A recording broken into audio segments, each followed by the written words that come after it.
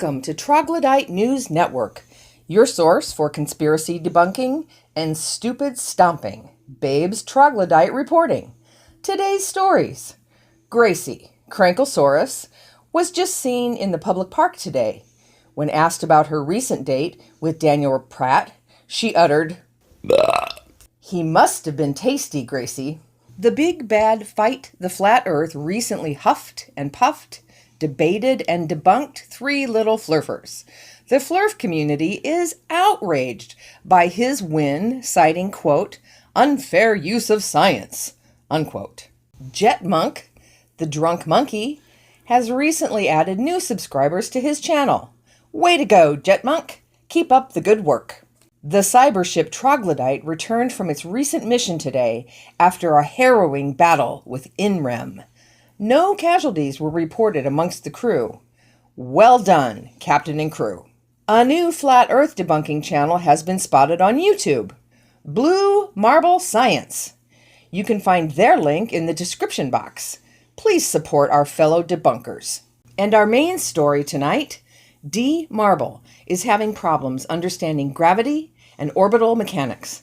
Go figure. For more on this, here's our roaming reporter, Logical Troglodyte. Good afternoon, babes. Yes, you're absolutely correct. D. Marble is completely confused yet again. As you know, Flerfs tried to deny that gravity is a thing, which is probably why D. Marble's completely confused. But don't take my word for it. I'll let Mr. D. Marble explain for himself. In the discussion between flat versus globe, we often come across the explanation of gravity. Gravity is the glue, in my opinion, that holds this whole heliocentric model together. Logical. He doesn't sound confused. In fact, he seems rather articulate. That's right, babes. He is very articulate and well-spoken. But give him a moment. You can bet your bacon he's going to say something stupid. But another question that I'd like to ask about gravity concerns gravity and our moon. Now, the way that we're taught that gravity works here on Earth is that everything's being attracted to the center of the mass of the Earth. That's what causes people to walk upside down on the underside of a spinning ball, and that's what causes these trillions of gallons of water to be able to conform to the outward exterior of this spinning ball Earth that we all supposedly live on. What's he going on about people walking upside down? Well, babes, as you know, Flerfs don't believe in gravity. They think that it's all just a made-up thing. So in their mind, they can't wrap their heads around that down is actually toward the center of the Earth, and it's relative depending on where you're at on the globe. They think that down means south. So that means that people in Australia, in their minds, are walking upside down. Anyway, my question is, it kind of comes in two parts. The way that gravity works here on Earth seems to be different than the way that gravity works out in space. Wait, Logical. Isn't gravity a constant? You know, it works the same everywhere? That's absolutely right, babes. But there's several things about gravity that Flerfs can't wrap their head around. We'll get into that here in a moment, after Mr. Flerf here tries to explain himself a little bit more. The way that it works on Earth is the whole, like I said, mass attracts mass. Everything's affected by the Earth's gravitational pull. Therefore, everything is being held down to the surface. Okay, fine. With the exception of bugs, smoke, clouds, helium balloons, hot air balloons, things like that. But I digress. Here's one of the sticking points for a Flerf. They think that gravity should work like magnetism, so that when something is stuck, it can't unstick. They don't seem to understand that multiple forces work at the same time. So they don't understand how things like buoyancy and aerodynamics can actually temporarily overcome the effects of gravity. Now, out in space, the way that gravity works, it just causes objects to orbit around other things. See, in the heliocentric model of our solar system, all the planets are orbiting around the sun. This is a prime example of what I was talking about. Flerfs can't understand that multiple forces work in conjunction at the same time. They think that gravity is the only thing causing orbital mechanics. They're completely forgetting about the angular momentum of planets' rotations, the velocity of a planet's orbital speed, all working in conjunction with gravity to create stable orbits. Okay. Now, the Earth is said to be orbiting around the sun. Also, although we see video of what is obviously the sun making a circuit around the face of the Earth. But moving along, Please, let's quit playing a shell game with the sun. That video was clearly shot north of the Arctic Circle during summer. That's right, babes. The only time you're going to find a video like that of the sun is either above the Arctic Circle in the summer or below the Antarctic Circle in their summertime. He conveniently leaves that bit out until later in his video, hoping that his viewers won't catch what you just caught. let's play Globy here. If you're a globe believer and you go with that model, you prescribe to the idea of gravity as it's been taught, then you also believe that the Earth is orbiting around the sun as well as all the other planets.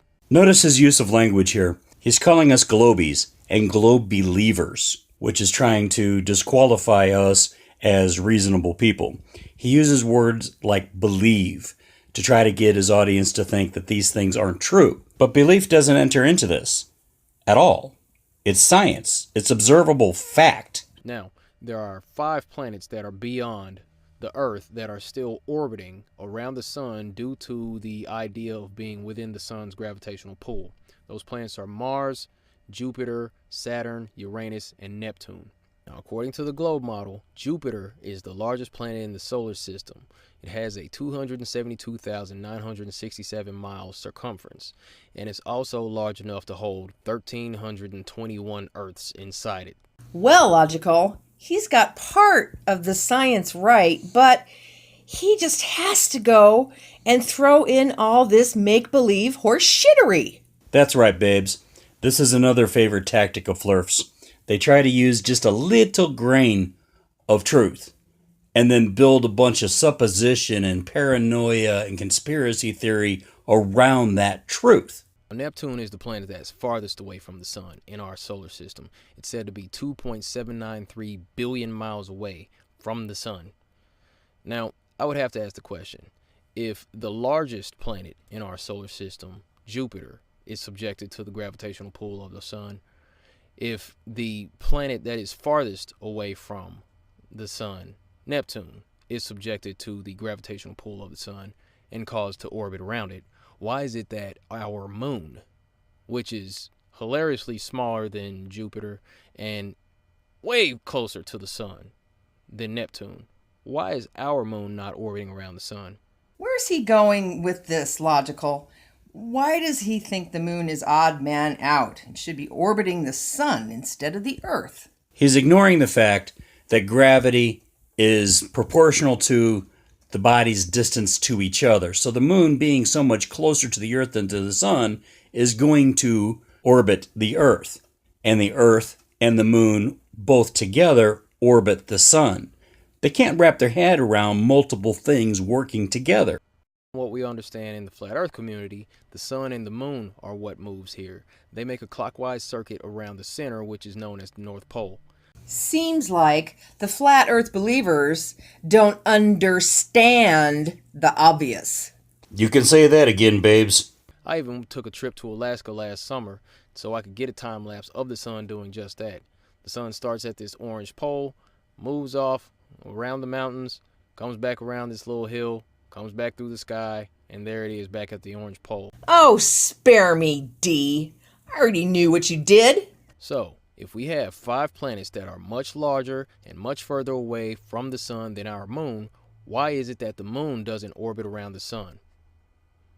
As always, be good to each other, take care of yourself, and stay flat. I'll see you next time. Thank you.